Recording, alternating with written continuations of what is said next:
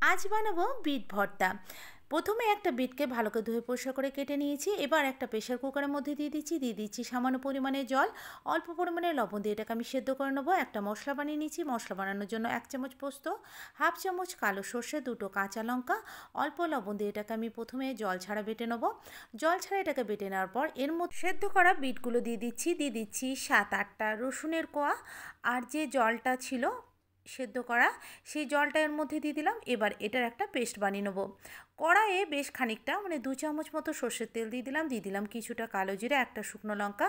এবার বিট বাটাটা দিয়ে ভালো করে মিডিয়াম আঁচে এটাকে অনবরত নাড়তে হবে। অবশ্যই অনবরত নাড়বেন, নইলে কিন্তু তলে লেগে যাওয়ার চান্স থাকে। যখন দেখবেন এভাবে শুকিয়ে এসছে তখন কিন্তু এখানে লবণ দিতে হবে। তার আগে কোনোভাবে লবণ দেবেন না। তো আমি লবণটা দিয়ে দিলাম। লবণটা দিয়ে ভালো করে নেড়ে চেড়ে একেবারে শুকিয়ে নিলাম। তাহলে রেডি হয়ে গেল বিট ভর্তা। গরম ভাতের সাথে দারুণ লাগে, অবশ্যই খেয়ে